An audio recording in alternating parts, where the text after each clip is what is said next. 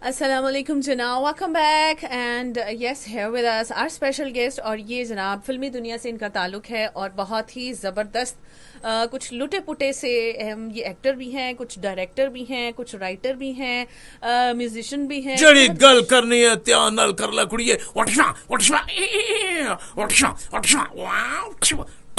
वालेकुम।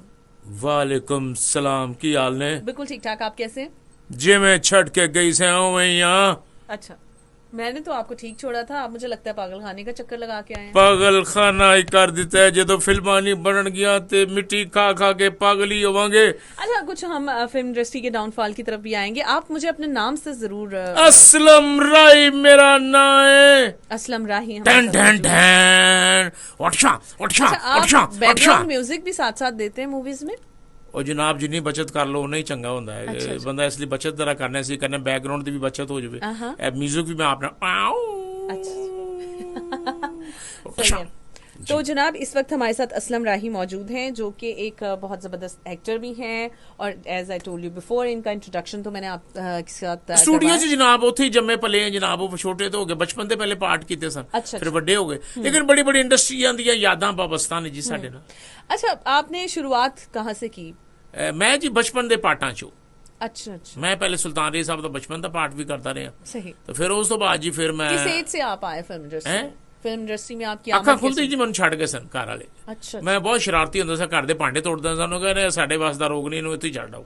सही। फिर मैंने उत्थे छड़ आए सन जी। ठीक है, तो आप बचपन से फिल्म इंडस्ट्री से वाबस्ता जी। मैं उन्होंने दा सिर खांडे। As a child actor, child star आपने किया? आज चाइल्ड तो जी फिर ओल्ड स्टार तक गया जी मैं। सही, वेरी इंटरेस्टिंग। कुछ एक्सपीरियंसेस बताइए तब और अब में, हमारी जो फिल्म इंडस्ट्री का ज़वाल जी उस वेले ते बड़ी बड़ियां एहो जिहियां गल्लां हो गईयां। उसकी वजह क्या थी? ओदी यह सी कि जनाब मिठे दौर सन। एक बारी एक फिल्म मैं वेखी ते मैं हैरान हो गया डायरैक्टर दे भी कि जेबा मुहम्मद अली साहब दा गाना हो रहा है ते जदों मुहम्मद अली साहब दे शॉट लै रहे गड्डी चलाण दे ते उस पासे दिन हैगा।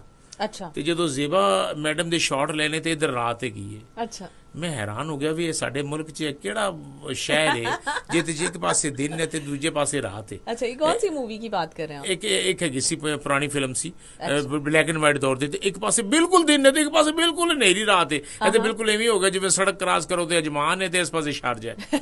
वो बिल्कुल इंज ही हैगा सी। ए तुहानूं एक मजे दे हासे दी गल सुणावां। ए रावी दे पुल दे उत्ते ना शूटिंग होंदी है, दरिया भरिया पिया बेभरिया पिया ते सर्दियां दे दिन होण ते साडा एक बहुत वड्डा फनकार ਤੁਸੀਂ ਉਹਨੂੰ ਜਾਣਦੇ ਵੀ ਨਵਾਂ ਹੈ ਸੋਨਿਆ ਮੁਸਤਫਾ ਕੁਰੈਸ਼ੀ ਸਾਹਿਬ। ਉਹ ਤੇ ਉਹ ਜਨਾਬ ਉਹਨਾਂ ਦਾ ਸੀਨ ਸੀ ਕਿ ਉਹਨਾਂ ਨੇ ਪਾਣੀ ਦੇ ਵਿੱਚ ਉਤਰਨਾ ਸੀ, ਦਰਿਆ ਦੇ ਵਿੱਚ ਉਤਰਨਾ ਸੀ। ਤੇ ਉਹ ਕਹਿਣ लगे अदा बात तो ये है कि ठंडा पानी बहुत है तो हम तो दरिया में नहीं उतर सकते। वो डायरेक्टर ने बुलाया, इधर आओ पीपा गर्म कर पानी ਦਾ। ਉਹਨਾਂ ਨੇ 18 ਕਿਲੋ ਘਿਓ ਦਾ ਪਾਣੀ ਦਾ ਪੀਪਾ ਗਰਮ ਕੀਤਾ, ਇੱਟਾਂ ਸ਼ਿਟਾਂ ਰੱਖ ਕੇ ਤੇ ਦਰਿਆ ਦੇ ਵਿੱਚ ਪਾਣੀ ਰੋੜਿਆ ਤੇ ਮੁਸਤਫਾ ਕੁਰੈਸ਼ੀ ਸਾਹਿਬ ਪਾਣੀ ਚ ਉਤਰ ਗਏ ਜਿਵੇਂ ਸਾਰਾ ਪਾਣੀ